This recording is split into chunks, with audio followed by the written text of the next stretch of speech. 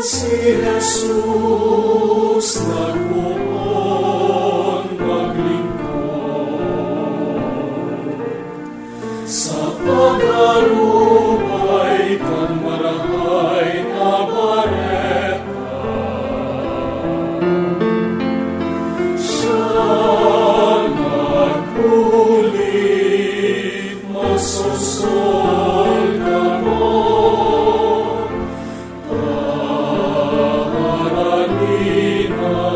ang kahatean kan langit.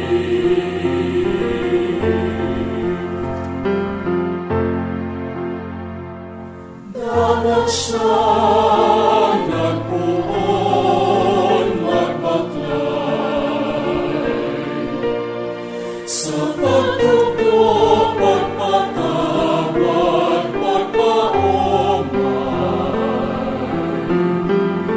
Sagod nagtusay kan buhay sa krus, sa pagtugtas kan kahadean kan Diyos. Magsulsol ikaw magbaklay,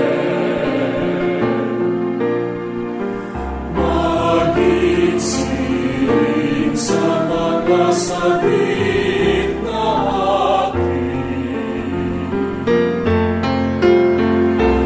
Maging mga maninigong dulot, mga kaayon sa kahatean,